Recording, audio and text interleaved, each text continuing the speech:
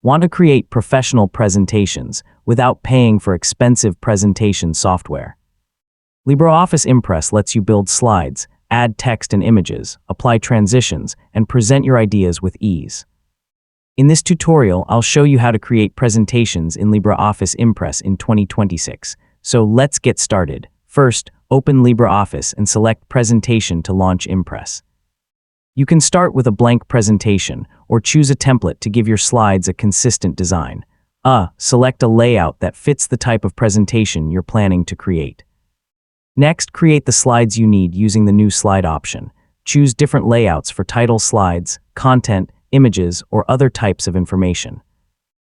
Keep each slide focused on one main idea so your presentation stays easy to follow. Now add your main content. Click inside the text placeholders to enter titles, paragraphs, or bullet points.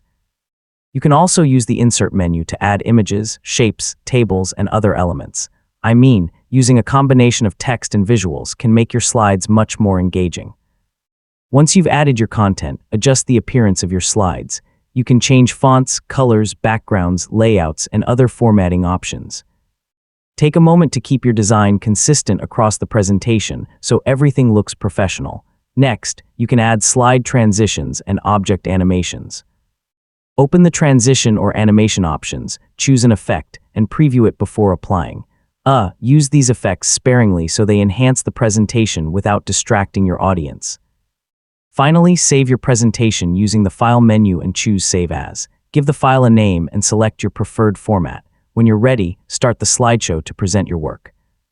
So your presentation is now created, saved, and ready to share or present. And that's how to create presentations in LibreOffice Impress. Start with a template or blank presentation. Create your slides, add text and visuals, customize the design, apply transitions, and save your finished work. Once you learn these basics, you can create presentations for school, business, meetings, and many other situations. Thanks for watching, and I'll see you in the next tutorial.